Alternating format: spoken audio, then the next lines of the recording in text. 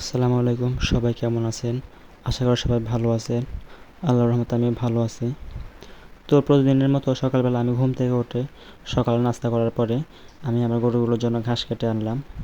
গরুর ঘাস কাটার পরে আমি আমার খামারে চলে আসলাম। এসেই দেখতে পাচ্ছি গরুর শরীরগুলো অনেক ময়লা হয়ে আছে। তো ভাবলাম যে আজকে গরুগুলোকে গোসল করাই দিই। যখন দেখতে পাচ্ছেন যে গরুগুলোকে সুন্দরভাবে গোসল করেছি।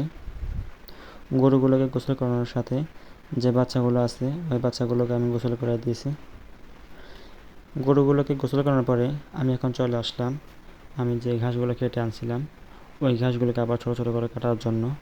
কারণ যদি আস্ত ঘাস দেওয়া হয় তাহলে তারা প্রচুর পরিমাণে নষ্ট করে। এখন দেখতে পাচ্ছি যে আমি ঘাসগুলো সুন্দর করে কেটে ফেলছি। ওই ঘাসগুলো আবার আমি গরুর সামনে দিয়েছি। মাশাআল্লাহ, ওরা খুব সুন্দর করে খাচ্ছে।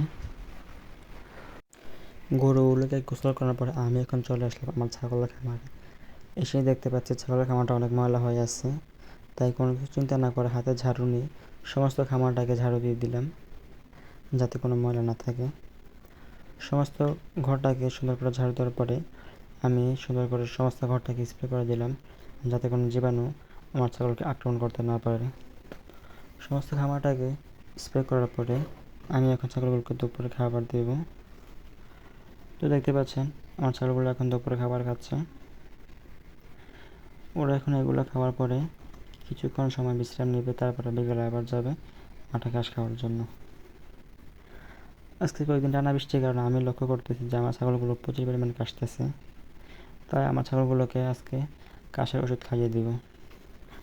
আমি প্রতিটা বাচ্চাকে 3 থেকে 4 মিলি করে দিছি এবং প্রতিটা বড় ছাগলকে 5 থেকে 7 মিলি করে দিছি। আপনারা সকলে দোয়া করবেন যাতে আমার ছাগলগুলো তাড়াতাড়ি সুস্থ হয়ে যায়। আজকের ভিডিওটা এ পর্যন্তই। সকলে আমার জন্য দোয়া করবেন। আল্লাহ হাফেজ। আসসালামু আলাইকুম ওয়া রাহমাতুল্লাহ।